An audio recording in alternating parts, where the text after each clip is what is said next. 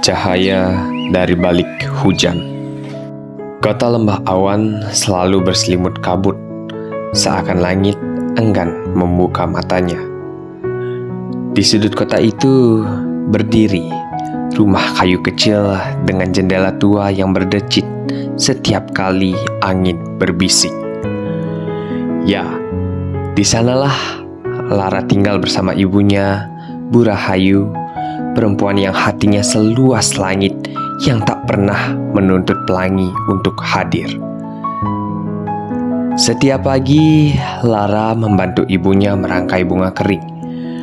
Di antara aroma bunga yang rapuh, hidup mereka mengalir tenang, sederhana, tapi hangat seperti teh manis di pagi hujan. Ibu, apa semua orang yang baik akan bahagia? Tanya Lara suatu sore.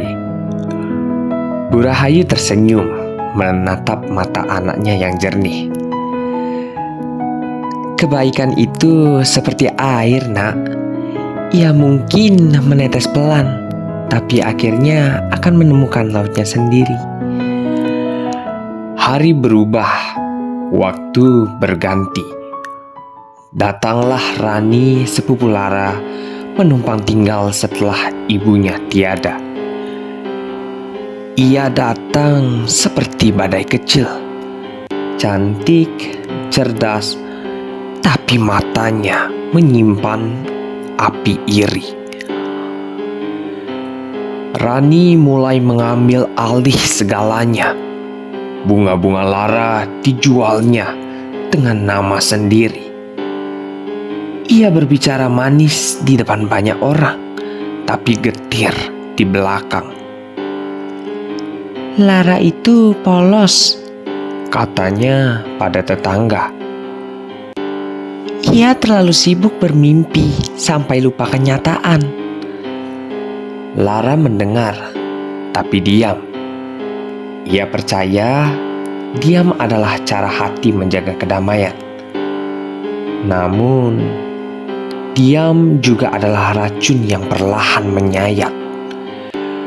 Puncaknya datang suatu sore. Saat hujan mulai turun, Rani menjatuhkan vas bunga peninggalan ayah, satu-satunya kenangan yang tersisa. Bunyi pecahnya menggema seperti patah hati yang terdengar sampai langit. Rani, itu milik ayah, jerit Lara. Rani menatap dingin. Ayahmu hanya meninggalkan barang tua. Kau harus belajar melupakan masa lalu. Hujan menelan suaranya, tapi di dada Lara, badai baru saja dimulai.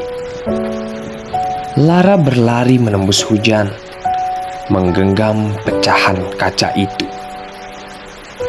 Ia berhenti di puncak Bukit Kabut, tempat ayahnya dulu sering mengajaknya berdoa.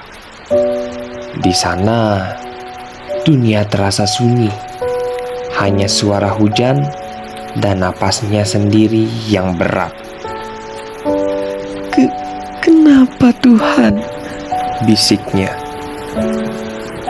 Kenapa kebaikan selalu kalah di dunia yang buta hati? Hujan menetes dari matanya. Tapi tiba-tiba sesuatu terjadi. Pecahan kaca di tangannya bergetar. Dari celah retakannya keluar cahaya lembut, seperti bintang yang tersesat mencari pulang. Cahaya itu menari di udara, berputar di sekeliling Lara, memantulkan wajah ayahnya dalam bias air. Lara, suara itu lembut. Kebaikan tidak butuh saksi. Ia hanya butuh bertahan. Dan seketika, dari tanah di sekelilingnya tumbuh bunga-bunga bercahaya, kelopaknya bening seperti embun, berkilau menembus kabut. Hujan yang jatuh berubah menjadi serpihan cahaya. Lara terisak. Cahaya itu memeluknya, bukan dengan tangan, tapi dengan kehangatan yang menembus hati. Dalam tangisnya, ia berbisik, Terima kasih ayah. Aku mengerti sekarang bahwa cahaya tak lahir dari kemenangan, tapi dari luka yang tetap memilih untuk mencinta. Pagi berikutnya, bukit itu bermandikan sinar aneh. Bukan sinar matahari, tetapi kilau lembut yang lahir dari bunga-bunga bercahaya. Warga datang, tertegun melihat keajaiban yang hanya tumbuh setelah badai. Mereka menamainya Taman di Balik Hujan. Dari taman itulah Lara dan ibunya mendapat kehidupan baru.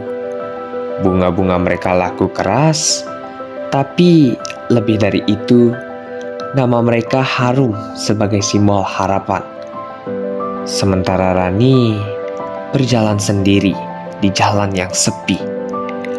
Ia menatap bukit itu dari jauh, lalu menangis. Lara mendekat, mengulurkan tangan. Kemarilah, Ran. Cahaya ini cukup untuk kita berdua. Rani menunduk. Kau masih mau memaafkan aku setelah semua yang kulakukan? Lara tersenyum. Hujan pun memaafkan bumi setiap kali ia kotor. Aku hanya meniru langit. Dan mereka berdua berdiri di bawah hujan yang kini tak lagi menakutkan. Dari cerita ini, kita dapat belajar bahwa cahaya sejati bukanlah yang menyilaukan mata, melainkan yang menenangkan jiwa. Dan bahwa kasih sayang keluarga, meski terkadang retak, tetap bisa menjadi jembatan menuju keajaiban.